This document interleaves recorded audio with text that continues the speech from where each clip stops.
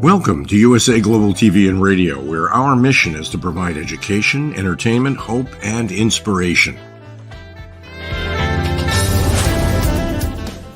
USA Global TV and Radio connects you with experts and audiences all around the world every single day to help you succeed in business and to live a richer life. Visit us at usaglobaltv.com to learn about career and life-changing training and mentoring programs like the Listening Mentor. Subscribe to our newsletter to stay informed about our special programs and offers. Discover how you can become a guest on one of our shows or a host or producer of a USA Global TV and Radio show of your very own. That's USA Global TV and Radio, where the doctor is always in.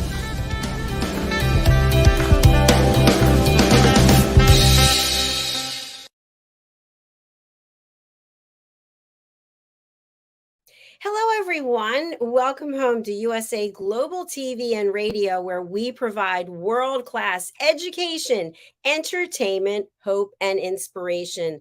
I am Dr. Jacalyn, and our show today is the Corner Bookstore, where we recognize authors, publishers from all around the world.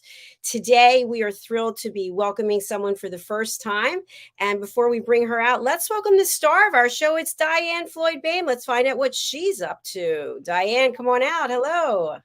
Hi, it's great to see you, Dr. Jacalyn. It's going to be a great show. It's great to see you as well, Diann. I know you've had a number of key successes, of course, as always, and you also have some more wonderful content that you've put out into the world and that you're putting out. Tell us more.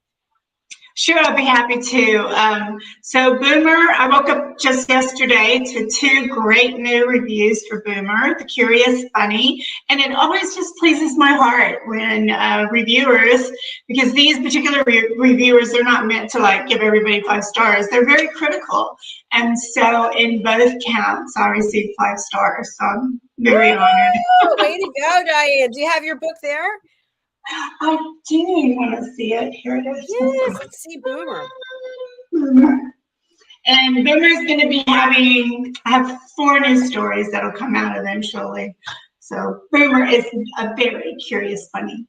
And then there's pre-order now on Amazon for Ruby Takes Chicago, a young adult historical fiction. That'll be released on November the 15th. So I'm excited because Dr. Jacalyn, you know, there were so many readers that asked the publishers what happened to Ruby, and I couldn't believe it. And she said, I told you they would be asking. So the second book is now ready for people to find out what happened next with Ruby. Well, congratulations, Diann. Let us see the Boomer book. We didn't actually see it. Okay, sorry. Sometimes the green screen, right? We can't see you or the book now. Oh, well, next time. Thank you. Okay, there we saw part of it.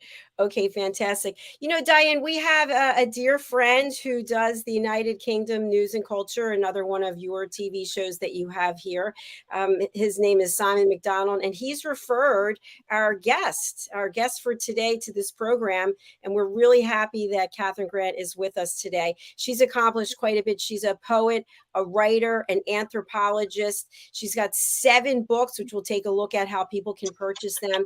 And she's very passionate about the oceans, space, and our part in all of it. And she studies medieval European history. Welcome to the program, Catherine. Hello. Thank you. Hi, thank you very much. Hello. It's lovely to be here. It's a pleasure to have you here. Where are you joining us from today, Catherine? York, in England. In England, okay. Yeah. We love our friends in England and the UK, don't we, Diann? Absolutely. And we especially love your accent also, Catherine. So. Oh, thank you. So we were chatting briefly backstage that you were following the path of an anthropologist, and then sometime during that process, you became a full-time poet/writer. Tell us about that. I've been a poet ever since I was a small child, but once I finished studying and started working, I thought I want to take this up full time.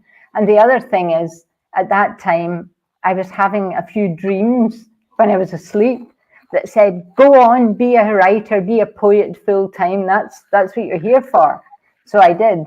And it took me across Europe and beyond, of course, studying in different parts of other cultures to find out what was really happening. Now, I'm not really sure that I did find out too much about it, but it was great fun to do. And I discovered a lot more about myself. I hope this is making sense, but absolutely, it's the way it is. Yeah. Yeah. Thank you. And what did you discover about yourself? Was it like your family history? I found out bits and pieces about my family history, and the rest of it was just history, the way the route people had taken, the way history seems to have molded just about everyone now. And I liked that because it made me feel I was part of something a bit bigger. And I'm sure a lot of people feel the same way about that. They want to think they belong to something that is a lot greater than what they perceive themselves to actually be. But that's what I have been doing. And I've written... Catherine, oh, I'm sorry, go ahead. No, I was just about to say I've written 9 books, but only 7 or 8 of them are published. There's another one that's going to come out later in the year, Game of Scattered Clues, which explains everything I've written, the reason for it, and also for the dreams that I'd had, which told me this was the route to take. If that sounds, I don't know. Yeah. No, congratulations on that. That's exciting. So we have a number of people who come to this show and one of Diann's other shows, Books, Blogs, and Poetry, and they're not writing on a full-time basis. They'd love to. They'd love to be full-time. So how and when did you make that switch to doing this full-time? Probably about 2 years after I came out of university, and I was writing and doing some work, anthropology, of course, different cultures and things. And somebody said, write, why don't you write full time? Because a lot of the answers you seek are in the poetry that you write. So I decided to do that. And it's been great. Not always very lucrative, but great. I learned, yes, I learned a lot. Some other people learned a lot. Yeah. Yes, it was a way to go for me, I felt. It's funny, Diann and I were both laughing when you said lucrative, because I think as authors, we're always like, oh, where's the money? Where's the money? That's it. But as I was told myself, it's not always about the money. It doesn't have to be about the money. Writing is much more than that. It's about people. It's about experiences, all sorts of things, but very rarely money. We have to pay our bills. But I love what you said. It is about people, and you really love people because you're studying the history of people. I do love people. I think people are terrific. I know that many people are saying there is so much wrong in the world just now, and I agree totally. But there's a lot of good in the world too. And if good just has a chance to break through all the time instead of it being, maybe 20% of the time. But yes, I love people. I love the world. It's a beautiful planet, despite our efforts to try and, I don't know, pollute it more and more. But I love it, and I love the people. I agree. Yes, I agree also. And you're passionate about ocean, space, and our part in all of it. Can you talk a little bit more about that? Okay, oceans. I'm very, very interested in the oceans. I can see what's going on in the oceans just now.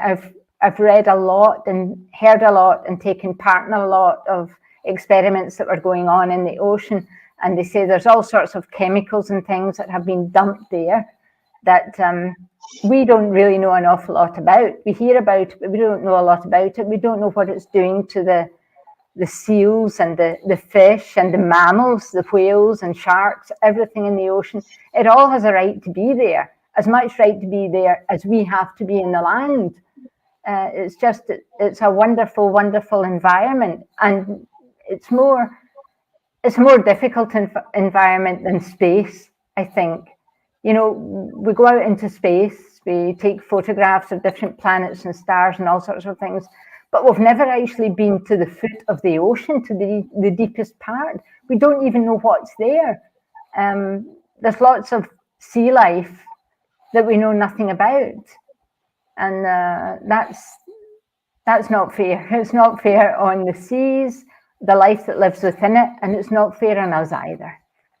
But there is just so much we have to know, and so little we do know, I think. You know, you can have your own show on that, because I am so passionate in reminding people about we have importing and exporting of all these ships going around the world, and they're always dumping. And so I like, you need to have that show, Dr. Jacalyn. Yeah, you know, and just a quick little plug, as Diann's here, but Diann's featured in our children's book, The Ocean Girls and Lady L Listens, and it's all about pollution and saving one of the beautiful creatures that gets stuck in a fisherman's net. So Catherine, we love poetry, and I know you're not going to be reading specifically poetry, but you do have something to read for us. What's that about? It's the end. It's the end of one of the stories, which is really the start of the poetry. But a paragraph I have of the story, it's not a long paragraph, and it goes straight into the poetry from the end of that. So if I could read you the last paragraph of the story, and but there's a whole book of poetry that follows it. Please do. Okay, thank you. Put my glasses on. Right. I started here. So long as truth in word could be read, there would always be hope. Surely life, she surmised, could not remain within an existence where humans are fugitives from themselves. After all, there was no distance too distant, and nothing eternal that had not been mortal. Her training had taught her that. Perhaps wherever life existed, in any galaxy, that was enough to be used as a starting point, which could spark the thought from which any change would be possible. Wow. Oh, thank you. I love that. A start where anything can be possible. Yes. So positive. Okay. I love that too. No matter what's going on, we can always start over. Yeah. Yes. So where did that lead you to when you closed the book and you went, okay, I'm finished with this? Yeah. And then what popped in your brain? This is what I'm going to do next. The idea for another book. I had been traveling all over France at that time, and I had stopped at, I don't know whether you've been to France and know the Cathedral of Chartres, but I stopped in Chartres because actually I'd been having, if I'm absolutely honest, I'd had two dreams of a place. I didn't know where they were, and it was a recurrent thing that kept coming back to me. And I thought, where is this? It can't be real. But I had decided to go to France, and got to France, saw a book in a shop with two pictures, photographs in it of the place that was in my dream. Now, at that point, I was a bit worried, really, but I decided to go with it for a minute and say, well, surely all these places are very much alike in France, you know, but I thought, I'm going to go to this place. It was Chartres, where there's a great Gothic cathedral, fantastic place. Walked around in it for about half an hour, and somebody said, look, you should go and see this village that's outside the town itself. I went to the village. It was exactly the same as in the dream. And I thought, right, I want to write about this place now. I think I walked past a farmyard door and gate, and out came a lady, and she said, vous avez déjà vu? I said, no, no. And I explained to her, no, I didn't. She said, come in. Went inside, looked at it. Everything was the same as it was in the dream. And I thought, surely this is a setup, some friends, something like that. But it wasn't. This lady was out, she said, because she said I had to see the place properly for myself. She thinks I'd been there before. I disagreed, of course, but as I was standing talking to her, I had lots and lots of poetry that came into my head at that moment. I hadn't written yet. So I took a notebook out. She stood next to me, the lady. I started to write things down. And she said, you will come back here soon. And I said, well, thank you very much for all your help. You know, it's so nice to meet you. We actually became friends instantly without realizing it. And about 2 days later, I was back home again. And I thought, I've got to keep in touch with this place. I have to know what's going on here. Anyway, that was the start of a long, long friendship. And I learned a lot from her. And a lot of the poetry came from that time also. So that really is the start of how I started writing poetry, you know, in book form, you know, and I've been doing so ever since. But that's a great story. Great story. The story is true. Yeah, it's amazing. It is true. I have photographs, I have film, I have relics of the time. I have all sorts of things that were taken from that time, that were given to me to take, not something I had taken, but something that was given to me to take, and I took it. And it really made me think we are a lot more than we assume we are. And I'm not talking about anything like religion, which a lot of people have. Yeah, of course. I'm talking about, what we are inside is so important. We don't realize it. You know, it's time we all started to take notice of the fact that we are unique. And that's it. I just wonder, with the deja vu and all these ideas coming to, are you getting enough sleep? I actually, you've hit the nail on the head here. I don't sleep a lot, I have to say. If I sleep 4 hours a night, I'm doing well. But I've always been the same since I was about probably 18, and that wasn't yesterday. So, well, yeah. But I love what I do. I love writing. I love talking to people. I love meeting people. I love seeing parts of the world. I was in the Middle East for a while also. I was in Abu Dhabi and Dubai and a couple of other places there. And of course, Europe is definitely my favorite. Anywhere in Europe, I love. Sounds like you and Diann have a lot in common.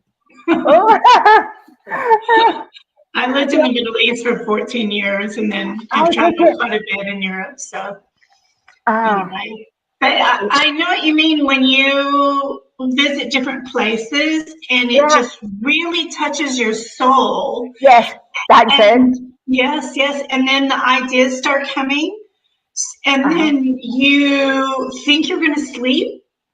Yeah. And then you're woken up, and you have to write. That's what you're saying, correct? Yes. Yes, that's it. Yes.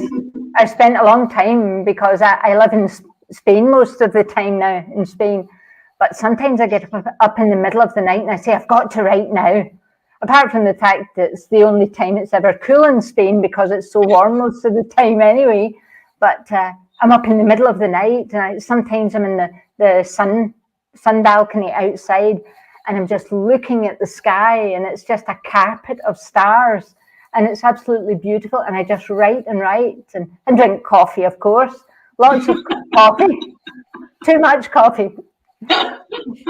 Catherine, when you're speaking about writing, is your process in long form writing everything out, or do you type anything, or maybe record something? Well, I'm starting to use a recorder now to record things, but it was always longhand. And then I got the word processor, of course, and it meant I could put everything into the computer. Now, the other thing is that when I'm writing, sometimes I feel I've got to be outside to write. I don't want to be inside my own. So I normally go to a tea room or something like that, a cafeteria or something where there's lots of people that can talk. And, I used to, in Spain at first when I went down there, I used to go to the bar around the corner. Can you believe this? The bar. But there were so many people in there who were so interesting, and they'd talk about lots and lots of things, and I could write and write. It was absolutely fantastic. But It's much better than sitting in my own. I'm not so keen on that. I'm a chatterbox, really, when all is said and done at the end of the day. I'm a chatterbox. Well, we're hearing more and more about the impact of artificial intelligence in the writing community. And have you embraced this at all? No, it's a definite. I do not like the idea of artificial intelligence for anything like that. And the other thing about the artificial intelligence now is it has a male or female form. It's a bucket of bolts. Why don't they just represent it the way it really is? It has no imagination. It doesn't have a soul, but they're making it appear as if they want people to think it's like you or it's like me. It's not. It's false. It's not real. Okay. Diann, would you like to weigh in on that? Well, I like how she said it doesn't have a soul. I've been reading up on it, not just, people using, what is it called, chat box or whatever to write things for them, but how they're actually developing robots to look human, and they're called humanoids, and recording our voices and putting them into these robots to appear real. And it's very scary. There's actually a word for it. I'll have to look it up. But yeah, I'm very scared about it all. So am I. I am incredibly scared about it because it's not real. Why try and replicate a human? It can never be the way a human is. We have a soul, we have intuition, we have brain, we have humor, we have everything. Okay, the artificial intelligence can be programmed to be humorous if it wants, but it's not real. We have everything going for us. Why are they trying to replicate it? We are the top of the pile. We are real. We are souls. We have energy. Of course we have energy. But it seems a bit, I don't know, superfluous to me to try and replicate something that already exists in a terrific form, perfect the way it is. With all the little imperfections, we are still perfect. We are unique. Sounds like another show, Dr. Jacalyn. Yes, it does. You know what I've been finding lately, and it's a frustration, is many businesses that I need to contact on a regular basis to run this platform are using robots. They're using artificial intelligence, and you can never actually get to someone unless you go through all these processes. So the cable company, who will not mention their name, they make it very difficult to speak to anyone, and they actually have to text you a link that you have to try doing something. And then if that doesn't work out, then they'll put you in a queue, and then you still get sent to what seems to be a robot. And this is happening more and more. So the one thing I think that business owners have to consider is, obviously, they're saving a fortune instead of paying humans to be doing the job. But how many clients or customers are they losing because you can't ever speak to anyone? Or they make it as difficult as possible to speak to someone, or you might be on hold for 30, 40, 50 minutes. Yeah, I know. It's very frustrating. But the other thing I find really frustrating is when you try and do something and you have to prove, it says, tick, I am not a robot. Why do I have to tick that I'm not a robot? It seems so silly. Yeah. That's a very good point. Yeah, we in fact, I just had to do that today for something, and meanwhile, I'm probably interacting with a robot. Oh God. Yeah. So when you think about all these things, and you think about then the history that you studied in medieval history, is there any particular history that you fell in love with that you think we should adopt some of those ideas in today's world?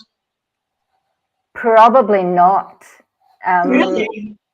Terrific. Some of the times obviously were terrific times, but rather a lot of it was very gory and very bloody, and wars and all sorts of things, pandemics, the whole thing.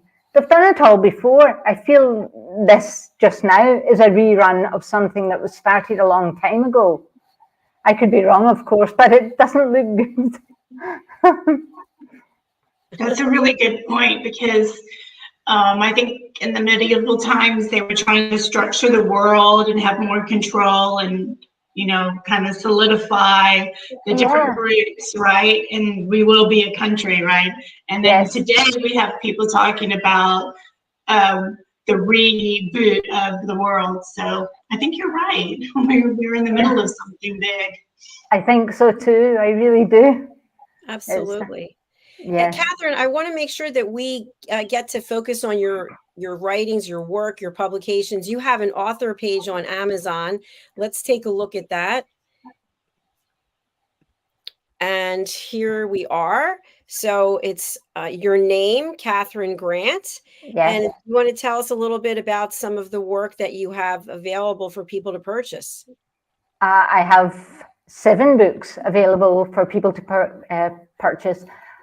They are a mixture of poetry and short stories and a sort of flash fiction and poetry together. And most of it was written during my time traveling across Europe and seeing and experiencing so many different things. And the books are a result of all this, of course. So tell us a little bit about Scattered Dreams. Game of Scattered Dreams starts, oh gosh, would take about, it's a short story and the rest is poetry. Okay, Game of Scattered Dreams is, I think it's mainly poetry in that one, with just a few short stories, because the one that I need to follow it up with, that is waiting to be published just now, Game of Scattered Clues, is it's going to be mainly story with just a couple of poems in it. So is that a sequel to Game of Scattered Dreams? Well, Game of Scattered Dreams, yes, it is. Okay. It's a story of what actually happened when I started traveling across Europe, the different things that happened to me, and things I had to deal with as a result of the traveling.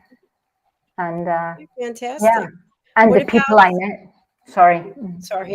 No. What about Rhyme, Reason, and Rhythm, Volume 3, Rhythm? That's mainly poetry, as the name would suggest anyway, because it's rhythm, rhyme, reason, rhythm. Yeah, it's mainly the latter part of something I wanted to put into print, and it's mainly poetry, that one. Okay, thank you. Yeah. So here people can go right to your author page. They can read a sample. They can purchase Kindle or paperback. The same thing with Rhyme, Reason, and Rhythm. Yes, and they then, of can. course, you've got Volume 2 and Volume 1. I've got 1, 2, and 3. There are 3 of them. Okay. Yeah. How about Sunsets and Thunderstorms? That's mainly poetry too, and of course prose story as well. So, but it's all centered around the one area. It starts in the Republic of Ireland, and it goes from there to France, and then ends up in Spain. It's the story of probably 20 years. And is that cover photo a picture that you've taken, or? No, I hadn't taken that photograph at all. I don't think that wasn't one. Yeah, okay. It is, isn't it? All right, so people have the opportunity to go over here to Amazon, to Catherine Grant, file you here, and also purchase your books. Anything else you want people to know about Amazon and your author page? I don't know if there is an awful lot more on the author page just now. I would have to go back into it again and look now. But the books, Amazon, I don't know. I had dealt with Amazon, and they can get the book through Amazon if they want, because that's probably the only place it's for sale just now would be Amazon. But okay. Yeah. Fantastic. And you said you have something else coming out, another sequel that's coming out this year. Tell us a little bit more about that. Yes. It has taken the whole idea of what happened when I went to France and transported it into Spain, which was another part of the story, really. And I have so much that I want to share with the world at this stage, you know, through the story.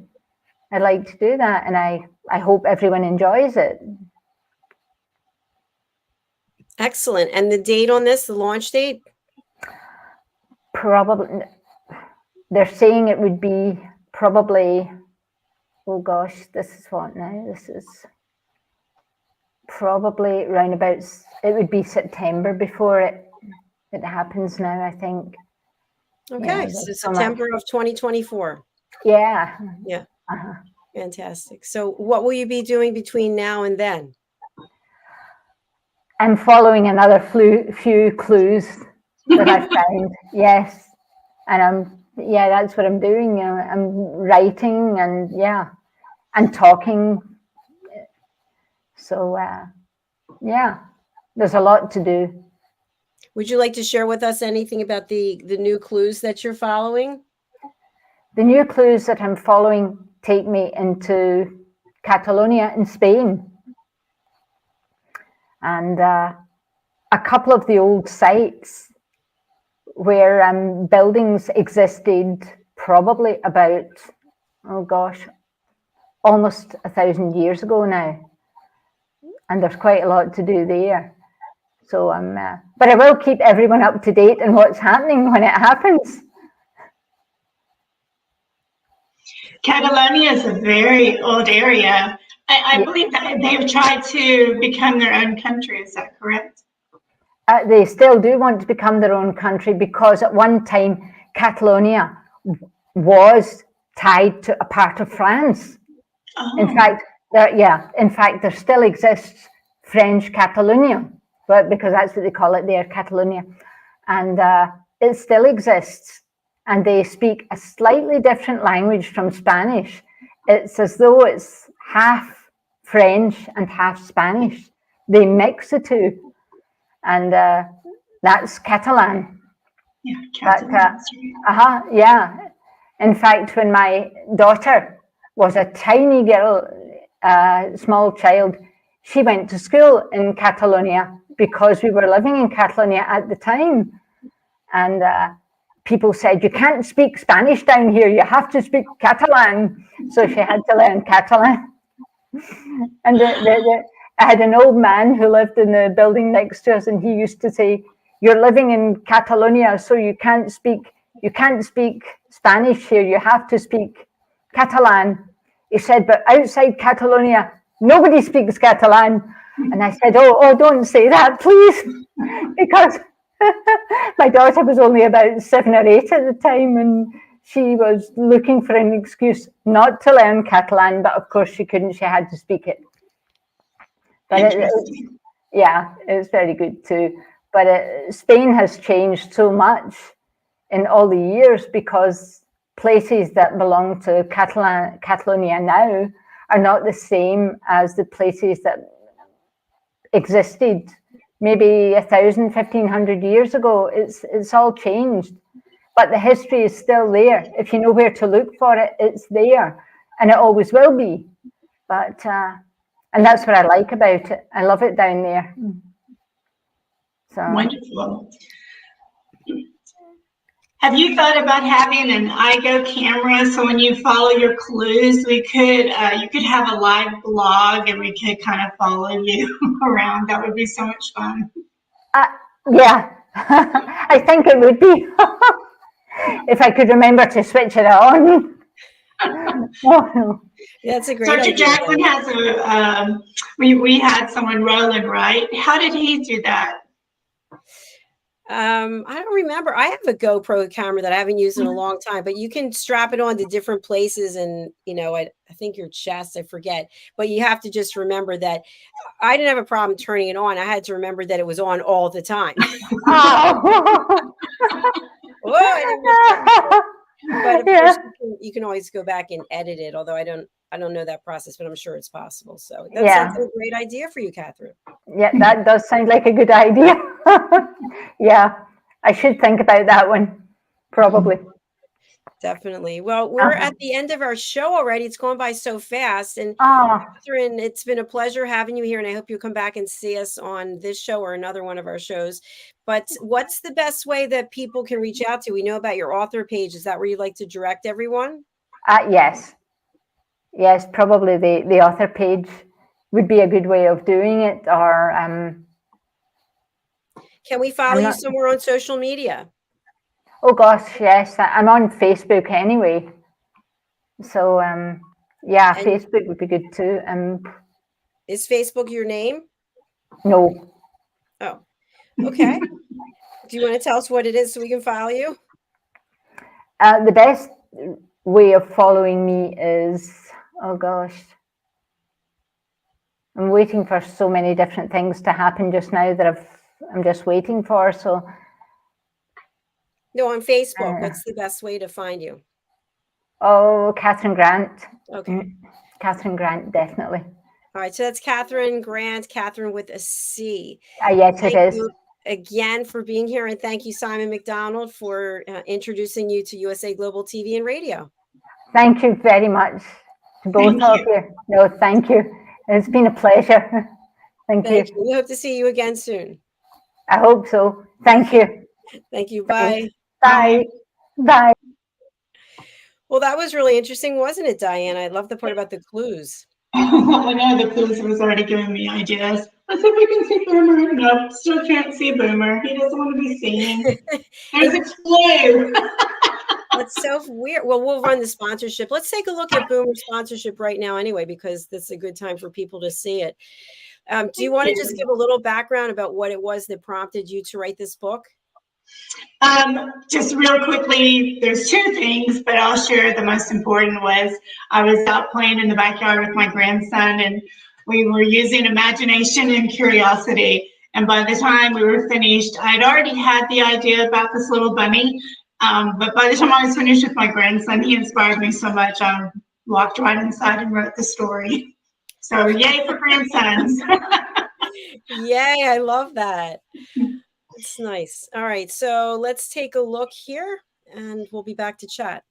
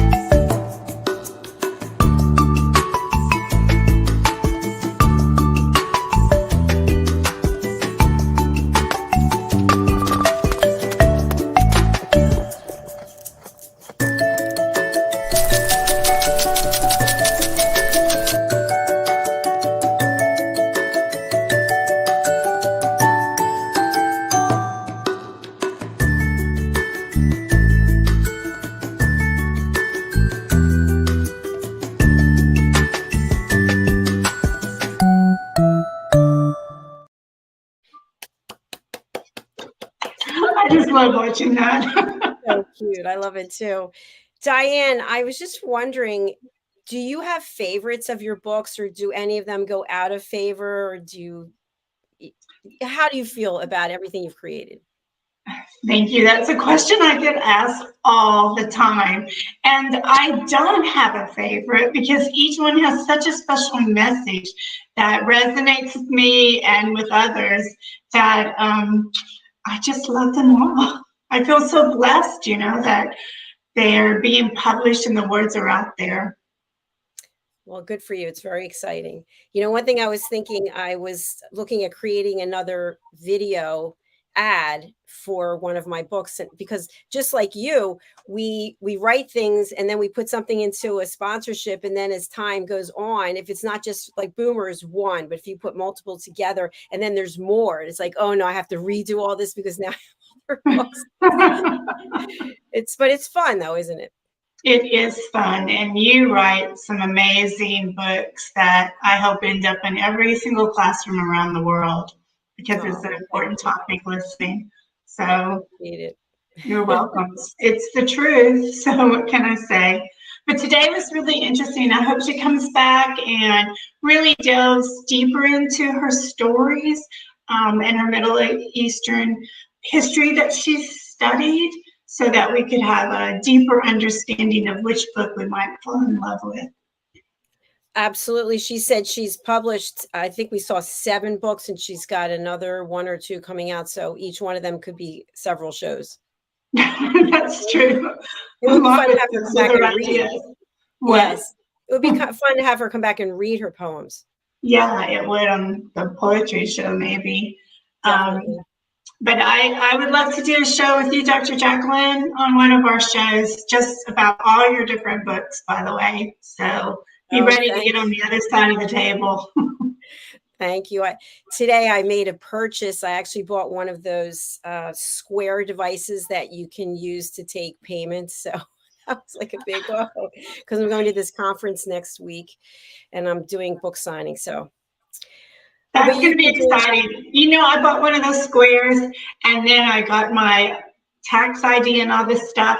And then I was like, because to go, like you said, to conferences and so forth. And I went, oh my gosh, I'm going to have to do paperwork for the government. No, thank you. What do you do then? You send everyone to Amazon? Yes. Yeah. Yeah, that's good. Then while they're there, do you watch that they're actually making the purchase? No, I'm just doing the trusting. So I know that sounds terrible, and my friends are like, you're losing money, but I'm like, if it's meant to be, it's meant to be. Right. Yeah. Well, that's a good point. That's good. Same. Something good to think about. Yeah. I was reaching out. But good for you. Let me know how you go. I will. I'll let you know. Well, thank you for being here, Diann, and we'll look forward to seeing you next week. And as we close out, any final message that you want to give to the audience, and also include how people can reach you? Sure, I'd be happy to. Audience, in today's world, just remember, we can't control the world, but we can control our own happiness. And so find joy, peace, love, kindness, gratitude, and self-control in your life so that you can always be smiling and keep love in your heart. And you can find me at DiannFloydBoehm.com. All right. Thank you very much, Diann Floyd Boehm. It was lovely seeing you again today. And we're coming back with our next show, which is The Wise One, starring Red O'Loughlin. And after that is Talking Heads with Red O'Loughlin. And we just had Food and Our Emotions with Red O'Loughlin. It's a Red O'Loughlin kind of day. Yes. What a great way to have a day. I know. I agree. It's always fun and interesting. So we're going to close out with another testimonial from Diann, and then we'll be back with our next show. Take good care, everyone. Bye. Bye. Hello, I'm children's author Diann Floyd Boehm, and I am co-host for several of the USA Global TV and radio shows.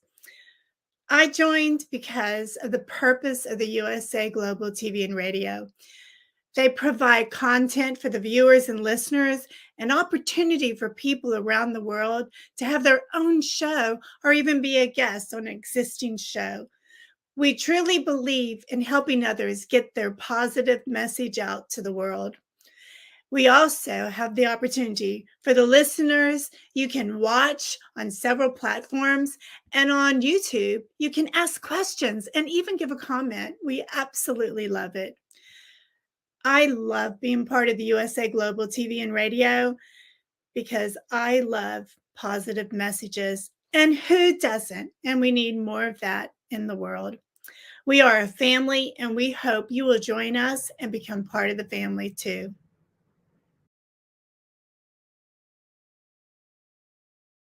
Kapayapaan, kapayapaan, kapayapaan. Diann Floyd Boehm's A Song of Peace tells the story of a young lad named Tommy whose fervent wish for peace on earth touches the hearts of his friends and family, spreads to his community, and eventually unites the whole world around making his dream of peace a reality for everyone. Sit down with the children in your life and share Tommy's amazing story of love and hope. Sing your own song of peace and invite the children to join you. Tommy's tale is more than just a story. It's a movement, and everyone's warmly welcome to take part. Kapayapaan, kapayapaan, kapayapaan.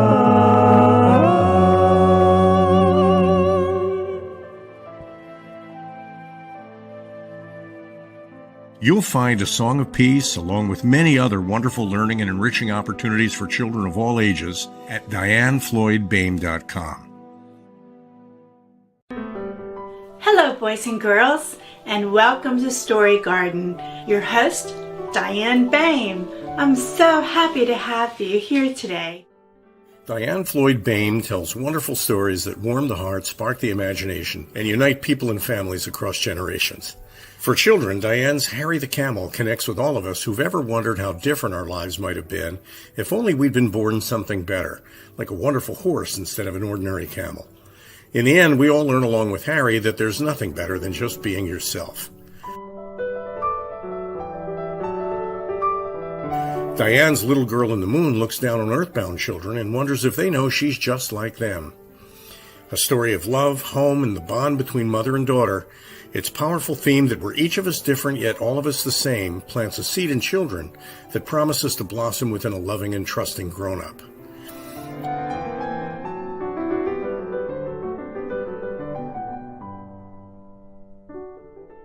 Diann's new biography, Rise, recounts the experiences of her grandmother, Ruby, to reveal the hidden strength of the human spirit. Ruby's story inspires all of us to become the best versions of ourselves. You'll find all of Diann's delightful books and much more at DiannFloydBoehm.com. Visit DiannFloydBoehm.com. That's DiannFloydBoehm.com.